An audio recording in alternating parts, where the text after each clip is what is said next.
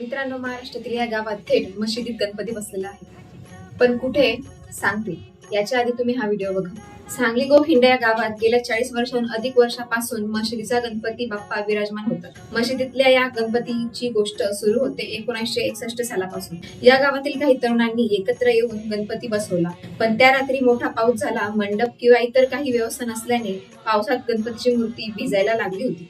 गावातील एका मुस्लिम व्यक्तीने ते पाहिले आणि गणेश मंडळातील लोकांना बोलवत त्यांनी कल्पना दिली.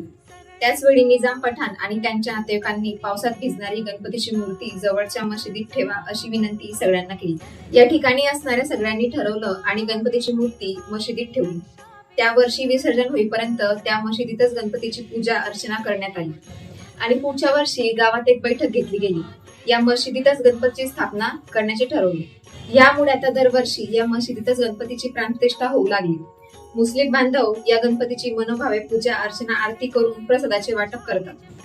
गेल्या 64 वर्षापासून या मशिदीत गणपती बसवण्याची परंपरा आजही जपली जाते. मित्रांनो, तुम्हाला मशिदीत गणपती बसवण्याची कथा माहिती होती का?